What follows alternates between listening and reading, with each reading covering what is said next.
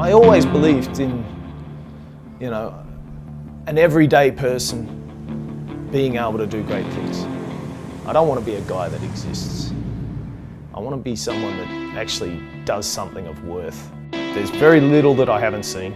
I've dealt with guns, knives, bottles, pool cues. As a bouncer, you don't deal with the nice people. The ones we deal with are the problems. We have to deal with some terrifying people. We've got guys that are actually organised crime. We've got guys that, really like to hurt people. People are very surprised when I tell them. No one believes me. No one believes, look at me, I'm a goon. It's a great thing when I get people arguing with me, and the most common thing people say is, oh, you're just a bouncer. You'll never be anything but a bouncer. And sometimes I let it go and just say, yeah, whatever, mate. Yeah. But then every now and then I had this one guy one night, an English tourist, and he kept carrying on like that.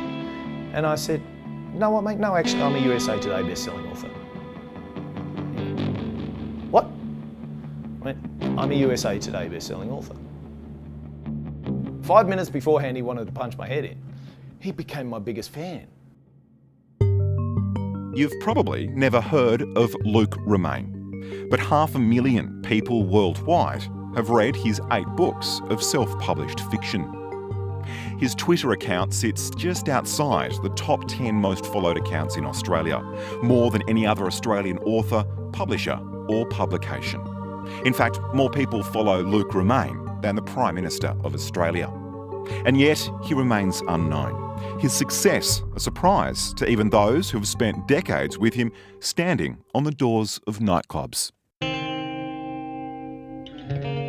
I'm Mark Hammer Dixon. I was Mark Brandon Chopper Reed's bodyguard up until 2012. The Gold Coast in the 90s, well, they were good days. We had some good times. A lot different to what it is today. Bouncers were still bouncers. Back then you could get away with a fair bit. There wasn't so many fake tits around, like a never-ending bloody summer, really. Mate, when me and Luke were bouncing 20 years ago, you asked someone to leave. If they didn't leave, we just punched them straight in the mouth.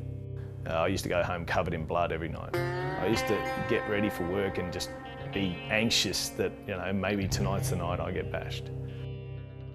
The first time I met him, we were both standing on a door together. I thought, this bloke works his arms and shoulders too much and doesn't do anything with his legs. That was my first impression of him. We were just doing horrendous things. I was just bashing people for fun. I thought nothing of it. Back then, being a young guy in a very violent society, I was getting paid to hurt people, to just bash people, and it didn't affect me at all. I just took it as normal, what he was drinking, and I didn't see it as excessive. Until I really found out why he was drinking. Luke lost his father early in his life. Mate, he was only young, like 15 or something. My memories of that accident, I woke up to my mother screaming. She said, "Dad's dead, Dad's dead." She was screaming, crying, hysterical. Walked straight out the back of the house, walked over to the garage wall and punched it. And just kept punching it until I broke my hand. I was angry before then, but I don't know. I just seemed to fall apart after that. I always ran to alcohol to escape the pain that I felt inside. But things were about to change. He loved that music, the Braveheart music, the soundtrack. He had the CD, and you could just hear it playing in his bedroom every night. It would be on repeat, and it would just go round and round and round all night long. I used to listen to that every night.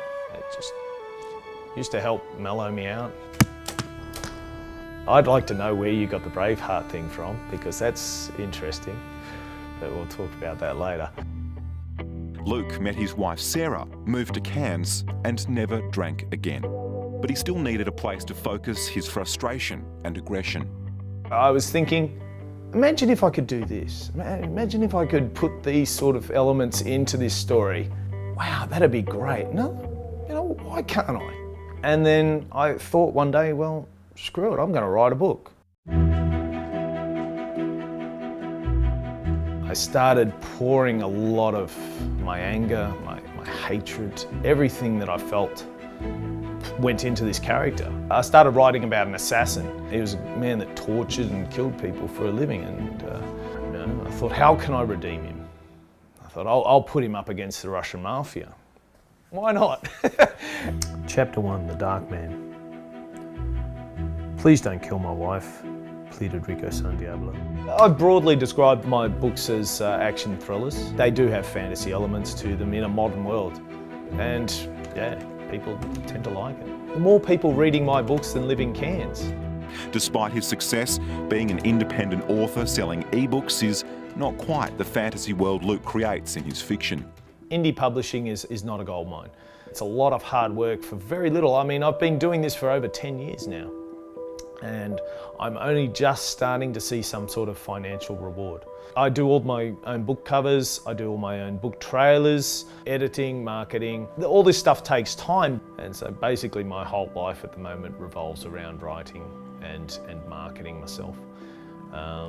It's a lonely sort of existence. But it's not that lonely for the author at work. The man whose appearance can be deceiving has some surprising muses to keep him company. So, how many guinea pigs do you have? I got 5.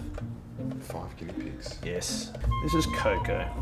Look at me. Do I look like a guinea pig sort of person? I never thought I'd like them. I don't think, no. Pinky. Doesn't really parry with the action-adventure writer / bouncer. No, you know, they're very ferocious when they want to be. Ow! What's that for? Like almost all indie authors, Luke has to maintain his night job just to get by while he writes his next book. You stand and stare at a crowd for 10 hours a night, you become slightly jaded in regards to people. Still do the security on the weekends, as much to get out and about and not lock myself in a cave all day. The new book is something completely different.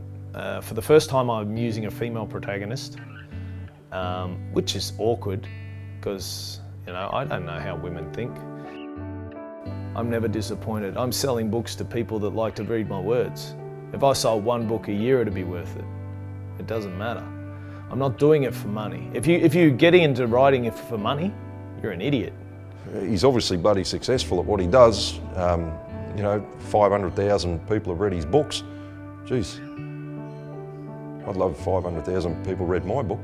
I think everyone has different aspects to their life. No one is set in stone. No one is one thing or another. There's various levels to every single person. The old saying, you can't judge a book by its cover. To look at me and, yeah, okay, he's a bouncer, he's a thug, he's this, he's that. I'm not. No one is what you see. Everyone's got a great story inside of them. It just has to come out.